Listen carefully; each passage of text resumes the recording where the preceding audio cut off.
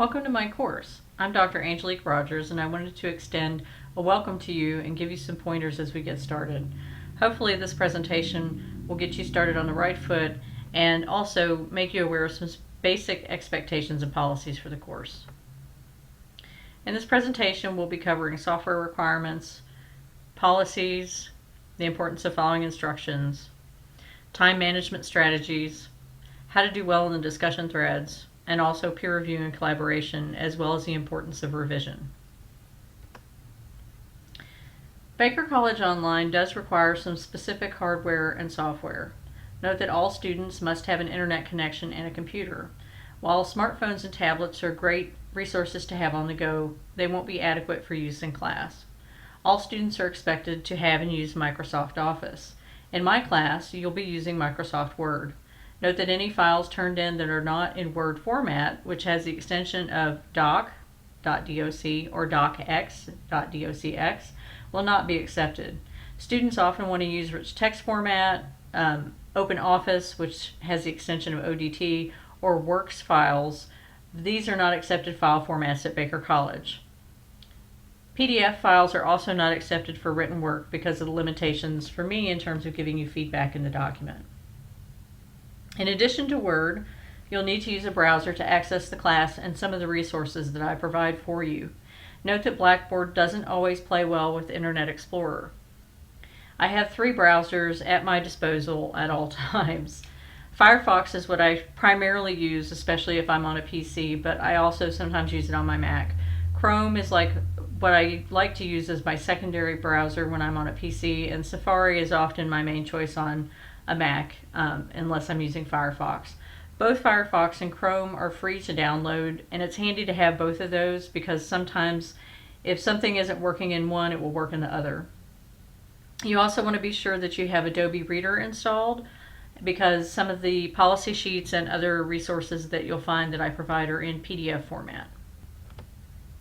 Speaking of policies, we do have several that you'll want to be familiar with, and you'll want to be familiar with the policy sheets for this class. I've attached those in the Read and Acknowledge thread in our first seminar discussion board.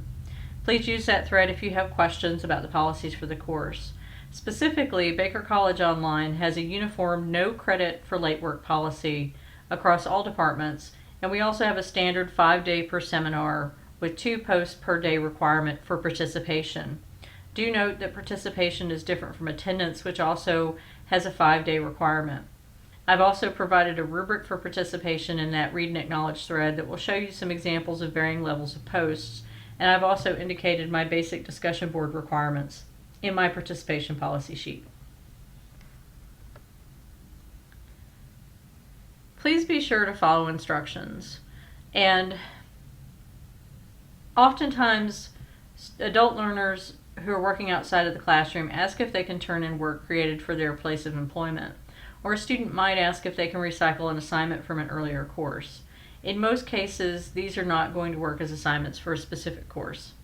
Note that each course at Baker has its own set of student learning outcomes, so the work that you create for the course should be work prepared with close attention to the instructions.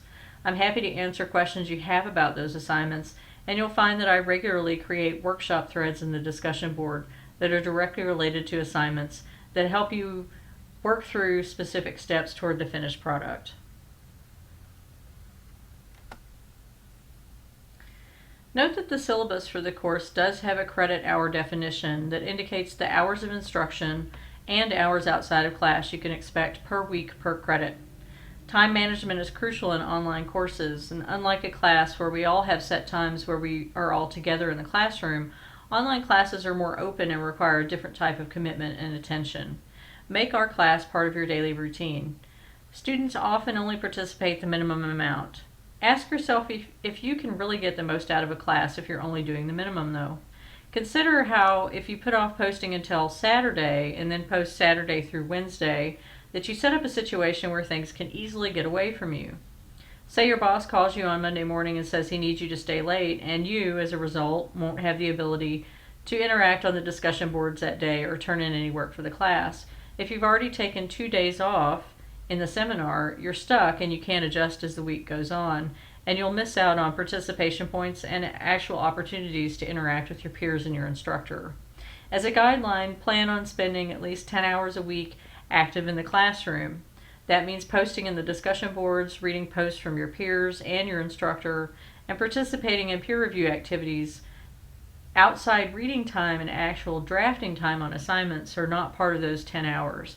And some weeks you'll find that you spend less time, and some weeks you'll find that you spend more. It just depends on what the workload for the week is.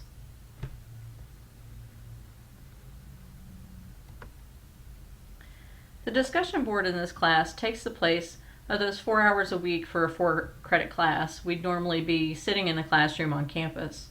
If you're not participating in the boards, you're not really showing up for class. Note that all online courses offer great opportunities for you to work on your writing and communication skills. And as I said earlier, I tend to encourage folks to use the discussion board area as a workshop space. These areas are meant to be collaborative and they're not simply an activity. Note that you should respond to a variety of people in the class, not just your instructor. The discussion board is where we can question, inform, and demonstrate our own grasp of the reading and the concepts in the course. And note that while you don't have to turn in researched posts all the time, your posts should show that you're reading the materials required in the course. Don't just say general things like the reading is interesting. Instead, ask a specific question about the reading, pull an example from it that you want to understand better, or show us something that helped you better grasp your work and show us how you're applying it. Help your peers out by answering their questions or asking them questions related to what they posted. In other words, let's have a true discussion there. And as this slide shows, discussion is about 18% of your final grade in the course. In addition to peer feedback opportunities on those discussion boards, many of the courses that I teach in writing and literature require you to take part in peer review activities. I do provide guidance in those situations through a set of questions you'll use to review your peers' work. And note that this activity is not about grading the other person's work, nor is it about editing that work. Instead, this is a collaborative exercise where you get a chance to demonstrate your understanding of the assignment criteria to your peer and to me, your instructor, through your answers to those questions. You also get to suggest revisions that would help you as a reader better understand the writing if the writer were to implement those revisions. Note that the questions I provide are very targeted toward the assignments, so you want to answer those directly rather than just sort of giving a gut reaction to the paper or the work that you're reviewing. In addition to peer review, revision is something that tends to happen in every class, whether it's a writing course or a literature course or any other type of course, actually. Mm-hmm. The discussion board posts even have a type of revision process that they go through in the sense that we can ask each other questions that lead to follow-up posts or that push the discussion further, and we literally revise our approach or develop the ideas in new ways as we post further throughout the week. In classes like composition that require students to turn in a rough draft of an essay and then revise that work and turn in another draft, if the final draft is the exact same as the rough draft, it's likely to receive a low score or perhaps even a 0. The exact work cannot earn credit for 2 different assignments. The goal of those revision assignments is to demonstrate your learning and that you can and are applying feedback, so no revision means no application of the feedback, thus the goal of the assignment has not been reached.